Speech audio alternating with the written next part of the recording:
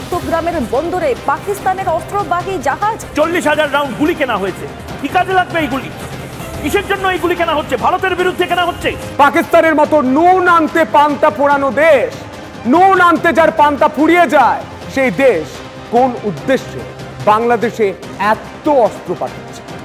এভাবেই পাকিস্তানের করাচি থেকে গত সপ্তাহে একটি পণ্যবাহী জাহাজ সরাসরি চট্টগ্রাম বন্দরে নোঙর করাকে কেন্দ্র করে ভারতীয় গণমাধ্যমগুলো একের পর এক অবাস্তব তথ্য গণমাধ্যমগুলোতে প্রকাশ করতে থাকে।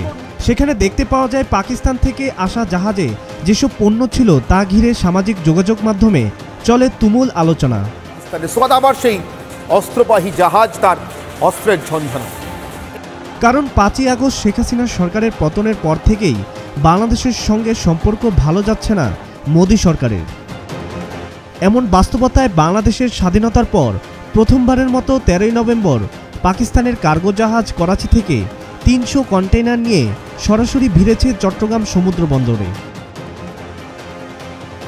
বিষয়টিকে ঐতিহাসিক বলা হলেও কপালে চিন্তার ভাঁজ পড়েছে ভারতের, এমনটি মনে করে বিশ্লেষকরা।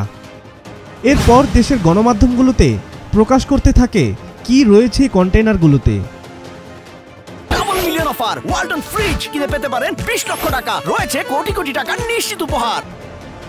চট্টগ্রাম বন্দর কর্তৃপক্ষ জানিয়েছে পণ্য খালাস হয়ে গেলে পরদিনই জাহাজটি বন্দর ত্যাগ করেছে এবং ওইসব কন্টেনারে ফেব্রিক্স, চুনাপাথর, সোডা অ্যাশ, পেঁয়াজ, ম্যাগনেসিয়াম কার্বনেট ও ডলোমাইট এসেছে।